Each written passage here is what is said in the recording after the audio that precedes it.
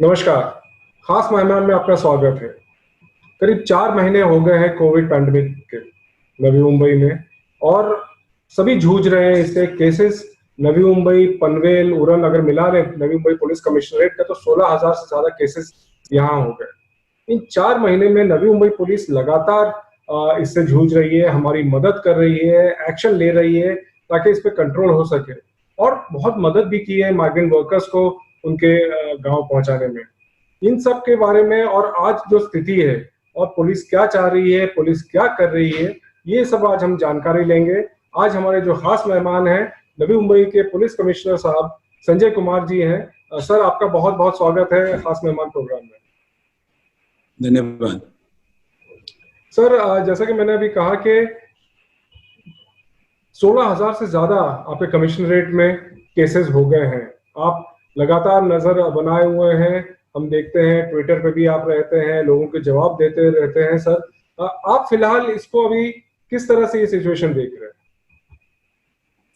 This is a pandemic. ये pandemic है और ये अभी बढ़ रहा है। अभी तक पिक आया है नहीं आया है, इसके बारे में कुछ कहना बड़ा मुश्किल है, लेकिन जिस तरह से ये प्रसार हो रहा है, लेकिन एक बहुत ही पॉजिटिव चीज है जो हम लोगों को अप्रिशिएट करना चाहिए कि इन इंडिया में और इवन इन महाराष्ट्र में एज वेल नवी मुंबई में जो डेथ रेट है, we are able to control it जी। तो जो समस्या है, जिस तरह से ये स्प्रेड हो रहा है, बहुत तेजी से स्प्रेड होता है जी। जैसे हमारे यहाँ ही, मैं अपने पुलिस खाते के लिए एक अलग से हमने कोविड सेंटर बनाया है, तो हमारे यहाँ आज की तारीख तक 370 लोग पॉजिटिव आ चुके हैं, फैमिली और कर्मचारी। लेकिन इसमें सबसे बड़ी बात है कि 56 केस ऐसे हैं जिसमें कर्मचारी ने अपनी परिवार को दिया है। उसी तरह से यहाँ भी है कि जब एक कोई बाधित होता है तो वो अपने सराउंडिंग को बहुत आसानी से, ये स्प्रेड होने वाला बीमारी है जी। तो इसको तोड़ना बहुत जरूरी है, और उसके लिए जो कोशिश जारी है, कभी हम लॉकडाउन करते हैं, रिक्वेस्ट करते हैं लोगों से कि आप आपस में दूरी बनाए रखिए, मास्क पहनिए और ज्यादा से ज्यादा हाइजीन मेंटेन कीजिए। ये 3 चीजें यदि हो गई, as per my perception, only 4 things it can be solve the problem. That is IITT: identify, isolate, test and treat. This is the 4 thing. If we do religiously on the family level, on the administration level, on the medical level, even in the family level, कि यदि किसी को होता है, isolate him, first identify him, isolate him and test him and treat him. This is the only way by which we can resolve this issue, and we have done a good job. And the municipality, both the municipality, municipal corporation and the municipality, Uran municipality, even the ग्रामीण area जो है प्रांत के अंदर में, वहां भी बहुत मेहनत किए जा रहे हैं, इंडिविजुअल मेहनत किए जा रहे हैं। प्रॉब्लम ये है कि अभी तक सब कोई भी परफेक्ट मेडिकल प्रोटोकॉल नहीं है कि हाउ टू ट्रीट इट। ये सिम्टोमेटिक ट्रीटमेंट होता है, उसमें भी जो लोग कोमॉर्बिडिटी से सफर करते हैं, जिनको और दूसरी बीमारियां हैं, उनके लिए ये सिचुएशन और कॉम्प्लेक्स हो जाता है। जैसे recently we have lost one head constable जी। The problem with him is that कि he was on the immunosuppressant. Immunosuppressant और कोविड-19 के लिए आपको इम्यूनिटी बढ़ाने की जरूरत होती है जी, because he has a kidney transplant. So ये जो कॉम्प्लेक्स सिचुएशन हो जाता है, उसमें स्थिति खराब हो जाती है। अभी लोगों से यही अपील है कि लोग जरा सा डिस्टेंस मेंटेन करें, जब आवश्यकता हो तभी घर से बाहर निकलें, जो सामान घर ला रहे हैं जी, उसको भी सैनिटाइज करने की जरूरत है।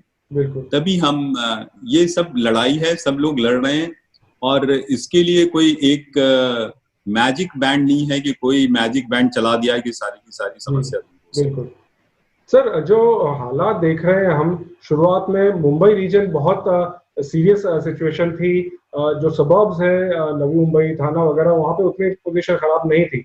आज जो हम देख रहे हैं कि मुंबई तो काफी बेहतर हो गया है, लेकिन ये एरियाज काफी बढ़ रहे हैं और नवी मुंबई भी काफी बढ़ रहा है। Does the present situation worry you? No, it's not worrisome unless the death rate started increasing. The first thing, the death rate is still very low. मैंने still we are maintaining. जैसे 17-14 तारीख का जो मेरा रिकॉर्ड है commissionerate का, ये 2.83 है. So that is low. Recovery rate is almost 66%. 9,868 लोग जो हैं सो रिकवर होके अभी तक निकल चुके हैं आपके 16,000 के फिगर में. So that comes about 65-66%. Recovery rate काफी अच्छा है. लेकिन हाँ, यदि एजेड लोगों में होता है और इतना बड़ा मेडिकल इंफ्रास्ट्रक्चर क्रिएट करना itself is a challenging thing. एक हमारी म्युनिसिपल कॉर्पोरेशन की समस्या थी, एक नवी मुंबई म्युनिसिपल कॉर्पोरेशन की. तो I think it will be solved by the government कि हमारे यहाँ जो टेस्टिंग फैसिलिटीज थी वो अपूरी थी, जिसके कारण टेस्ट रिजल्ट जो है सो बहुत टाइम लगते थे आने में. उसके चलते वो स्प्रेड होता था. और if we have to create the medical infrastructure, that is the only thing, only concern. And दूसरी बात कि लोग भी बहुत ज्यादा पैनिक हो रहे हैं due to the social media और जो भी उनको नॉलेज मिल रहा है. Everybody wants to occupy a bed in the hospital. That is not required. True. जैसे अभी हमारे यहाँ कोविड सेंटर पे आपको आश्चर्य होगा कि हमारे आज की तारीख में 87 लोग पुलिस कर्मचारी और उसके परिवार के लोग जो हैं सो कोविड पॉजिटिव हैं. लेकिन इस 87 लोग में से 87 में से hardly we have about 34 people in the hospital. और सारे के सारे लोग जो हैं सो हमारे कोविड सेंटर में हैं, जिसमें हम कुछ नहीं करते हैं. हम आई थिंक 27 हैं अभी DY पाटिल हॉस्पिटल में. सावली में जो एक कोविड केयर सेंटर है, इसमें 45 लोग वो पॉजिटिव हैं. उनका ट्रीटमेंट क्या है? उनको एक दवा डॉक्टर आके दे जाता है सुबह शाम, उनको आइसोलेट करके रखा है. हम खाना पहुंचा देते हैं, गर्म पानी की व्यवस्था है, काढ़े की व्यवस्था है, वो लेते रहते हैं और रिकवर होके निकलते जाते हैं. आज तक हमारे जो DY पाटिल यदि मेरे सावली से 100 से ज्यादा लोग रिकवर होके बिना हॉस्पिटल गए हुए निकल चुके हैं. सो यदि आप जाके बेड ऑक्यूपाई कर लेते हो और आपको असिम्प्टोमेटिक हो, आपको ज्यादा प्रॉब्लम होने की संभावना नहीं है, देन आप एक क्रिटिकल पेशेंट का जगह ले लेते हो. So don't rush to the hospital. Covid care centre को ज्यादा इफेक्टिव बनाने की जरूरत है. जो असिम्प्टोमेटिक लोग हैं उनका वहां रखना, आइसोलेट करके और ट्रीट करना, और बेसिक मिनिमम मैंने जो रिक्वायरमेंट है उनके गर्म पानी की, काढ़े की, ये मेडिसिन की, वो देते रहना, उससे बहुत बड़ी समस्या सॉल्व हो सकती है. जी बिल्कुल. ये जो पैनिक हो रहा है इससे बचने की जरूरत है. सर एक और बात ये है कि सिविक बॉडीज तो जैसे आपने कहा अपना काम कर रही है, पुलिस की तरफ से आप लोगों के क्या एक्शन हो रहे हैं ताकि ये पैंडेमिक को कंट्रोल किया जाए? पुलिस की तरफ से हम लोग एक्शन कोशिश कर रहे हैं यही कि जो गाइडलाइंस और जो इंस्ट्रक्शन म्युनिसिपल कमिश्नर देते हैं उनका हम अनुपालन करें. जी. उस अनुपालन करने में बहुत सारी समस्याओं का हमको सामना करना पड़ रहा है, जिसमें एक समस्या है कि बहुत सारी एजेंसीज खुली हुई. जी. सो यदि सबको पास हम लोग दे नहीं सकते, it's physically impossible to give the pass to everybody. So हम लोग क्या करते हैं कि जितने लोगों को पास देते हैं और कुछ लोगों को आई कार्ड पे छोड़ते हैं. जिनके पास बैंक का आई कार्ड हो, जिसके पास इलेक्ट्रॉनिक इलेक्ट्रॉनिक सेक्टर में काम करते हो, उनको छोड़ते हैं. जिनकी एसेंशियल सर्विसेज हैं उनको छोड़ते हैं. तो इस तरह से हम लोग छोड़ रहे हैं. लेकिन ये मैनेज करना, उसके साथ साथ थोड़ी सी हम लोग को क्राइम कंट्रोल भी देखना पड़ता है. बारिश हो रही है, इसकी बारे में भी हमको चिंता करनी पड़ती है. फिर हमारी संख्या डिप्लीट हो रही है थोड़ी सी. काहे कि 370 लोग यदि हमारे अफेक्टेड हुए हैं तो वो 30 से 60 दिन तक बिना ड्यूटी के हो जाते हैं. उसके अलावा हमारे ऑलरेडी 500 लोग पहले से हम छोड़े हुए हैं जो 55 प्लस है, प्रेग्नेंट वुमेन है. सो ये एक समस्या है कि हम पूरा का पूरा मैन पावर ये नाकाबंदी में नहीं लगा सकते, और नाकाबंदी में यदि लगाए तो एसेंशियल सर्विसेज अफेक्टेड हो जाती है. तो इसको हम लोग इस तरह से कर रहे हैं कि जो एरिया ज्यादा अफेक्टेड है जैसे हमारे अनुसार से हमारे पास जो फिगर है उसमें सबसे ज्यादा हमारा पुलिस स्टेशन अफेक्टेड है, ये Rabale, followed by Koper Khairane, followed by Nerul, और इधर Kamothe, Kharghar and Panvel city and Khandeshwar. जी। ये जो 7 पुलिस स्टेशन हैं, ये हमारे बहुत ही ज्यादा अफेक्टेड है। तो हम लोगों ने वहां हाईवे छोड़ के इंटरनल नाकाबंदी करने की व्यवस्था की है, ताकि लोगों का जो मूवमेंट हो वो कम हो। लेकिन मूवमेंट कम होने के साथ, जैसे तुर्वे में एक्सपेरिमेंट किया गया म्युनिसिपल कॉर्पोरेशन के साथ, और तुर्वे में अभी स्थिति बहुत अच्छी है कि तुर्वे की झोपड़पट्टी का सील करके हम लोगों ने डोर टू डोर जाके सैंपल लिए और उसको एग्जामिन किया, तो इसका बहुत अच्छा परिणाम हुआ। तो जब तक इंटेंसिव और लार्ज स्केल पे टेस्टिंग नहीं होगी तब तक ये, और उसके बाद आइसोलेशन नहीं होगा तब तक थोड़ा सा मुश्किल है।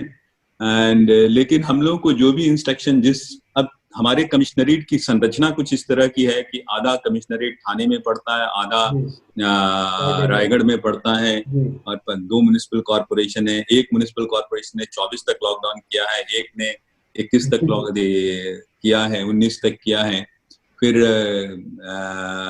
ग्रामीण एरिया 24 तक किया है। तो इसमें थोड़ी सी तालमेल की जरूरत है, ताकि उनका अपना यूनिट और हमारे यूनिट में थोड़ा सा अंतर होता है, तो ये एक समस्या हमको इम्प्लीमेंटेशन में आती है। तो अभी आपने नाकाबंदी की बात की है और काफी इफेक्टिव लग रही है, हालांकि डिप्लीटेड आपने जैसा कहा फोर्स है आपके पास, लेकिन काफी जगहों पर इंटरनल रोड्स में ये काफी दिखाई दे रहा है। ये कैसा एक्सपीरियंस रहा है? और एक्चुअली लोगों में थोड़ा सा अभी भी कंफ्यूजन है, क्योंकि नया लॉकडाउन फिर से आ गया है, क्या अलाउड है, कहाँ जा सकते हैं, कहाँ नहीं जा सकते हैं, कि काफी गाड़ियां भी सीज हो जा रही है, उसके बारे में कुछ बताइए। असल बात है ना कि जो ऑर्डर बहुत स्पष्ट है, और वो ऑर्डर हमने ट्वीट किया है जी। म्युनिसिपल कॉर्पोरेशन का ऑर्डर ट्वीट हुए हैं, दोनों म्युनिसिपल कॉर्पोरेशन के, गवर्नमेंट का ऑर्डर ट्वीट हुए हैं। लोगों को समस्या है कि जो एसेंशियल सर्विसेज हैं उसके लिए वो जा सकते हैं। जो एसेंशियल सर्विसेज, जो किराना दुकान है और मार्ट दुकान है, उनको घर पहुंच सेवा की व्यवस्था की गई जी। और जनरली ये जो आदत है कि अब इस पेंडेमिक में कुछ तो कंप्रोमाइज करना पड़ेगा, it can't be normal, it's an abnormal situation, so आपको कुछ परेशानियां झेलनी पड़ेंगी। आप यदि चाहेंगे कि प्रत्येक दिन आपको ताजी सब्जी मिले तो ये पॉसिबल नहीं जी। आपको सब्जी स्टोर करनी पड़ेगी, खाना आपको स्टोर करना पड़ेगा, चावल दाल आपको स्टोर करना पड़ेगा। इन दैट, अब जैसे आपको गैस लाने जाना है, आप जा सकते हैं गैस टाकी लेके गैस दुकान पे जाके गैस ले सकते हैं। आपको चावल गेहूं दाल चाहिए, आपके बगल वाले दुकान में आप फोन करके मंगवा सकते हैं। प्रत्येक जगह मैंने होम सर्विस इज अवेलेबल।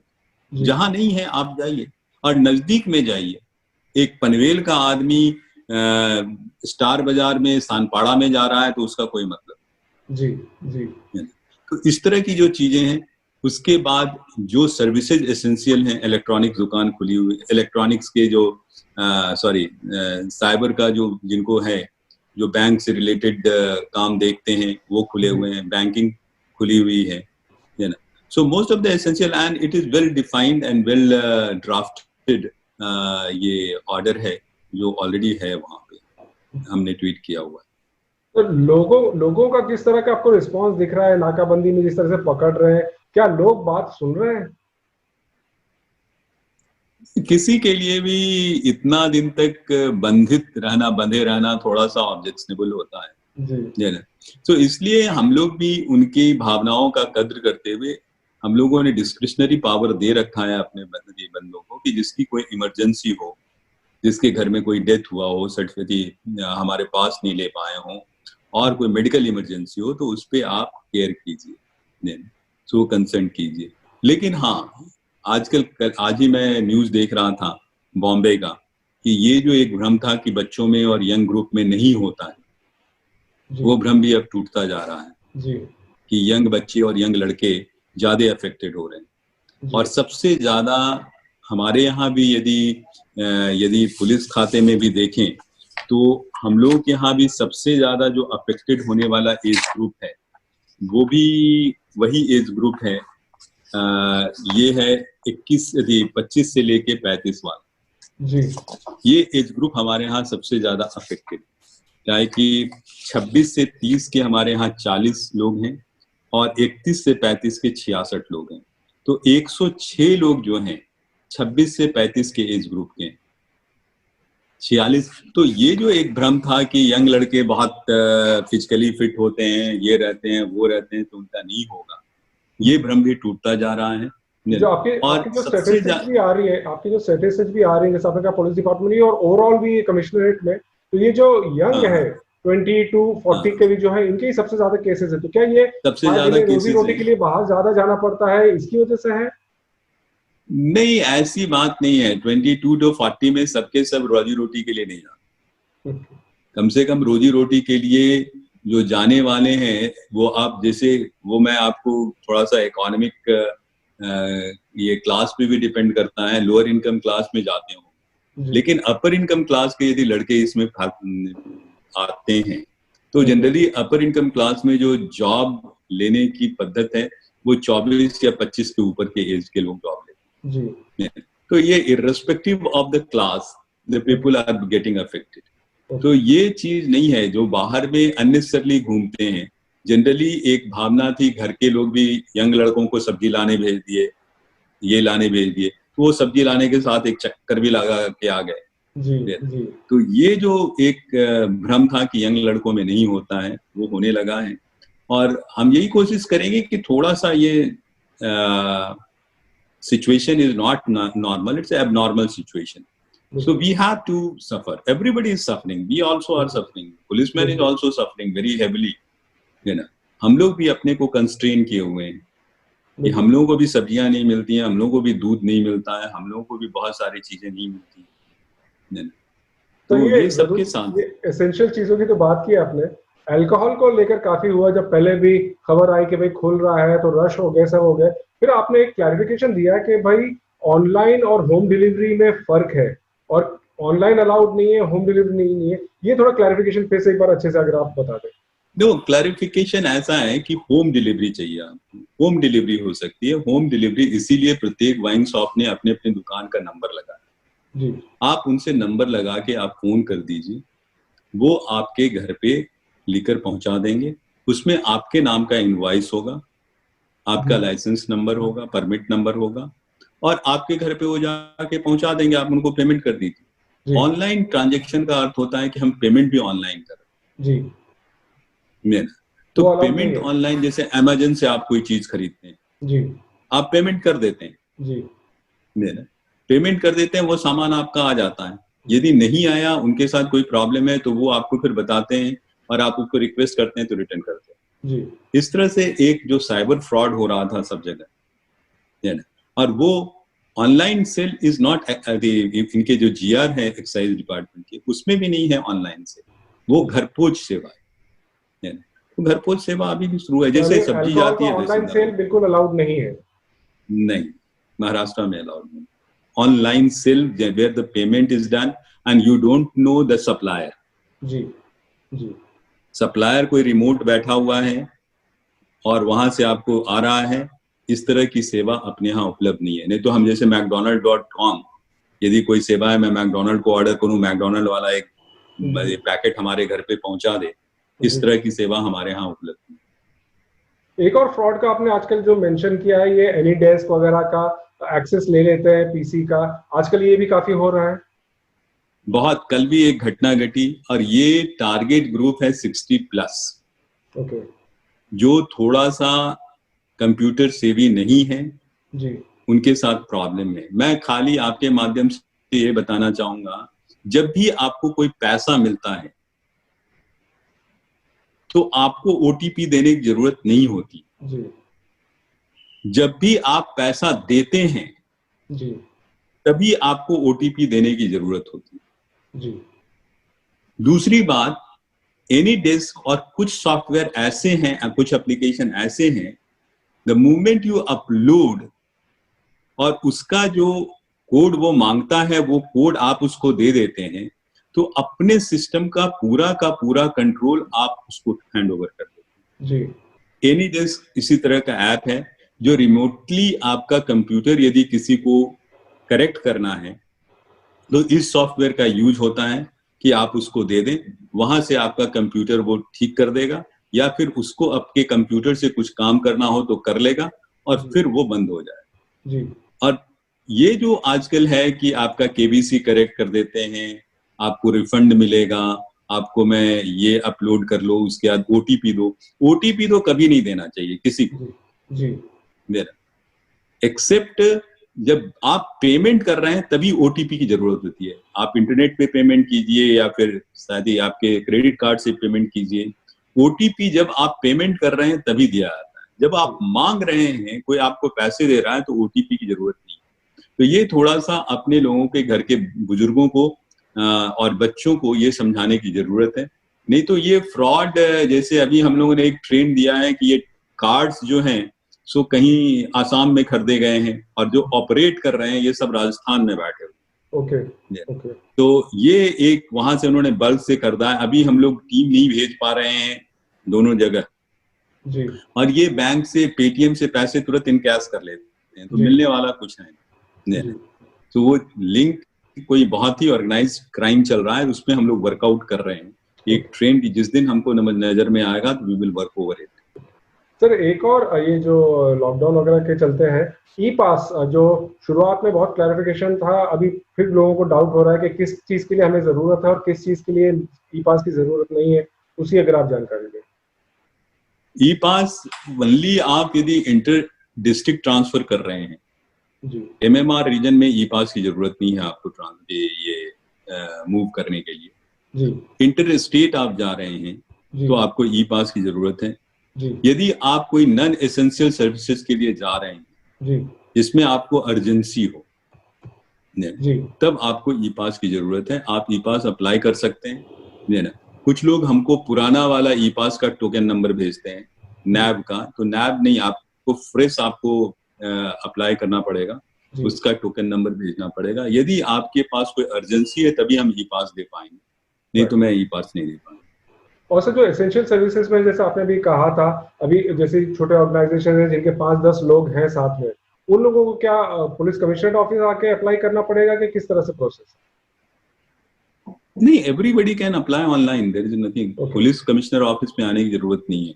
और जो छोटे ऑर्गेनाइजेशन हैं, यदि उनको अनुमति म्युनिसिपल कॉर्पोरेशन के ऑर्डर में नहीं है तो उनको हम लोग परमिशन नहीं दे पाएंगे। जैसे ऑफिसेज हैं, प्राइवेट ऑफिसेज हैं, they are not supposed to open, they will not open. नहीं, लेकिन जैसे सब्जी वगैरह सप्लायर्स कुछ है, वो जो कुछ एरियाज में अगर सप्लाई करते हैं, उनके लोग वगैरह होम डिलीवरीज देते हैं, इस टाइप के अगर सर्विसेज हैं तो उनको किस तरह से? नहीं, तो वो म्युनिसिपल कॉर्पोरेशन से परमिशन लें। ओके, म्युनिसिपल कॉर्पोरेशन से परमिशन। सर अभी आपने कहा था पुलिस डिपार्टमेंट की आप बता रहे थे, स्टैटिस्टिक्स भी बता रहे थे, अनफॉर्चुनेटली हाल ही में एक कांस्टेबल की अनफॉर्चुनेट डेथ भी हो गई है। ऐसे में और लगातार 4 महीने से आपके फोर्स काम कर रहे हैं, दिन रात काम कर रहे हैं, हम देख रहे हैं, ऐसे में मोरल फोर्स का किस तरह से बनाए रखें? The morale of the force is always high. There is nothing wrong with it because we are trained for that, and we as a leader, police leader, we are taking all possible care for our men. जी ना। अभी हमारे पास हमने 80 bed की और नई facilities कर ली है निवारा में। अभी जो पहले हमारी सावली थी, पहले हम लोग क्वारंटाइन सेंटर था, तो सावली अब total positive Covid care centre हो गया है। क्वारंटाइन सेंटर हम लोग निवारा में, कलम्बोली में कर रहे हैं ना। And we are for the first time we are not only taking the, हम लोग केवल अपने कर्मचारियों की चिंता नहीं कर रहे हैं, उसके परिवार की भी चिंता कर रहे हैं। उनके 80 साल के 70 साल के माँ बाप जो हैं उनकी भी चिंता कर रहे हैं। आज की तारीख में कम से कम जो 155 फैमिली मेंबर जो हैं, 100 फैमिली मेंबर जो हैं अभी तक हम लोग ट्रीट कर चुके हैं। उसमें एजेड फादर मदर हैं। जैसे मैंने कहा कि 56 कांस्टेबल ने अपनी फैमिली को जाके अफेक्ट किया है। 56 वही सबसे बड़ा रोड पे खड़े रहते हैं, and the thing is that कि पर्सन डजंट नो कि ही इज सफरिंग। जी। और जब उसको इफेक्ट आता है तो पूरी की पूरी फैमिली अफेक्टेड हो जाती है। एंड हम लोग so my constable is very happy and they are sure that they will be taken care of in situation of a crisis. So the morale is high. They are still fighting, then and will fight at their बहुत best. अच्छा है sir. ये जो lockdown फिर से जो नवी मुंबई में भी अनाउंस कर दिया गया, पनवेल में भी, अलग अलग डेट्स पे भी, आपको क्या लग रहा है कि क्या लॉकडाउन आंसर है इसे कंट्रोल करने का? क्योंकि इस पे भी काफी डिबेट है। No, lockdown is one of the way. यही सॉल्यूशन है ये मैं नहीं कर सकता हूँ जी, लेकिन lockdown is one of the way to break the chain. जी, break the chain and assess the situation, right. Because if the number is increasing and so rapidly, जी, the only way is to have some break. Lockdown करके activities रोक के आप उसको फिर reassess करने की जरूरत है। It's a dynamic situation, it's not ये कोई ठहरा हुआ एक नहीं है जिसपे हमको कोई एवरी डे ये it's changing, it's medicine is changing, it's treatment protocol is changing, symptoms we are getting new and new symptoms, so very evolving. सो आप यदि लॉकडाउन नहीं करेंगे तो आपको असेस करने का मौका नहीं मिलेगा। एंड लॉकडाउन से चेन ब्रेक, यदि आइसोलेशन व्यवस्थित हो, आइडेंटिफिकेशन एंड आइसोलेशन, तो चेन ब्रेक होगा। सो फाइनली आपके हिसाब से what is the way ahead now? Way ahead is the only way कि you isolate, identify, isolate and treat.